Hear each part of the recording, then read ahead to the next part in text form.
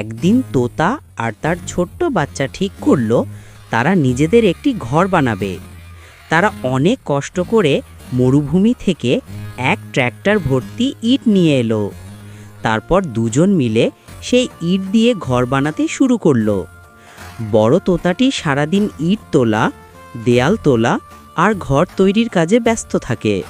আর ছোট তোতাটি বাবাকে ক্লান্ত দেখতে পেয়ে তার জন্য জুস এনে দেয়, যাতে তিনি একটু আরাম পান।